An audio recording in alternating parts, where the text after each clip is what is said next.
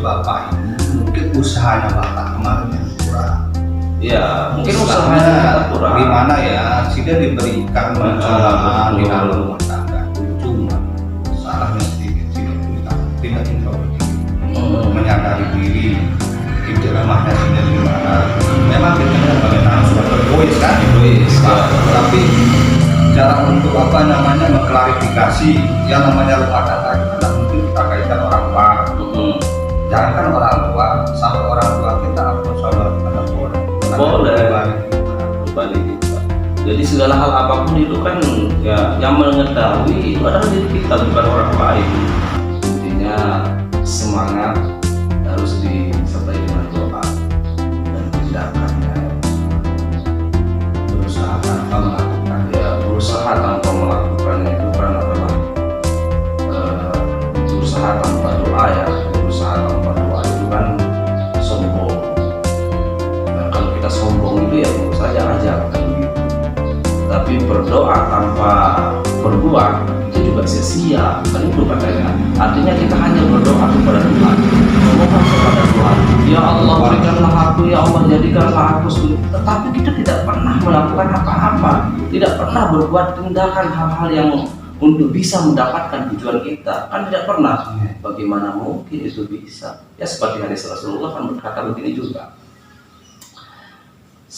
Bukan hadis ya, tapi firman Tuhan.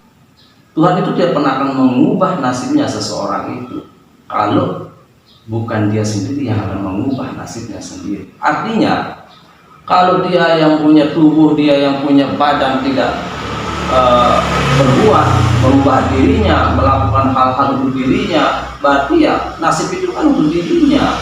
Bagaimana Tuhan itu akan memberikan nasibnya menjadi yang baik kalau dia sendiri tidak mau, kan begitu? Kan bodohnya saja begitu. Beda gimana cara Tuhan memberikan kalau dia saja yang tidak mau, kan begitu? Tuhan itu akan mengabulkan permohonan dan permintaan berdasarkan ya keinginan kita harus dilakukan. Kalau tidak kita lakukan ya gimana mungkin bisa, kan begitu? Intinya ya semangat, fokus. Kalau misalnya anak keturunan kita itu ingin jadi ya seperti tadi polisi atau tentara atau keinginan menjadi orang sukses, orang kaya, ya intinya semangat, harus memotivasi diri itu dengan selalu tawakal, berjuang, dan gitu. Makanya saya mencoba untuk hal-hal yang seperti itu. Karena kalau kita sudah berjuang, maka energi positif dalam pikiran, perbuatan kita itu semuanya positif-positif. Insya Allah kalau rezeki itu mudah kok, gampang sebenarnya untuk mendapatkan rezeki uang itu. Namun kalau otaknya kita itu kacau, otak kita itu tidak normal dalam berpikir, bagaimana kita akan mendatangkan sebuah keuangan? Jadi dalam hukum fisika mengatakannya the law of attraction. Artinya the law of attraction itu kalau ingin menarik sebuah keuntungan atau keuangan itu datang dari diri untuk kita, kita akan mengejar keuangan itu dengan bontang-banting kerja sebagai karyawan, hanya tidak seberapa yang kita dapat.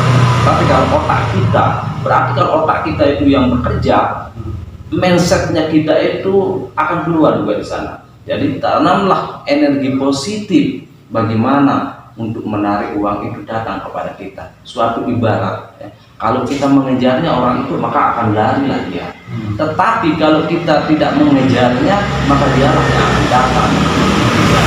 Baik, tetapi harus disertai dengan the law of action. Artinya melakukan tindakan perbuatan. Tindakan perbuatannya seperti apa? Walaupun kita itu duduk, tetapi otak kita itu berpikir bagaimana caranya.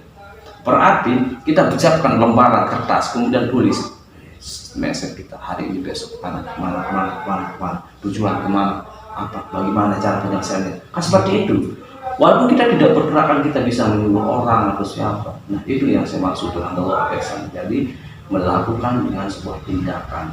Jadi jangan kita hanya melakukan the law of attraction yang kayak tadi, misalnya untuk menarik sesuatu misalnya. Karena mungkin juga kita menarik tanpa ada sebuah tindakan atau perbuatan. Itulah sebabnya harus disertai dengan the law of action. Gitu. Makanya ya banyak orang yang selalu berpikir tentang keberhasilan Ada yang bilang bahwa itu dari keturunannya dia orang kaya. Ada yang bilang kalau saya memiliki uang, apa sih yang hendak membuat anak saya menjadi seorang polisi? Namun pemikiran-pemikiran yang seperti itu adalah pemikiran yang orang yang tidak memiliki ilmu sama sekali, pemahaman yang tidak ada sama sekali. Ilmunya itu yang benar nol, ya nol. Kenapa seperti itu? Dia mengira bahwa apa yang diungkapkan, dikatakan yang tadi semuanya akan berhasil, namun malah menjadi sebaliknya, tidak berhasil.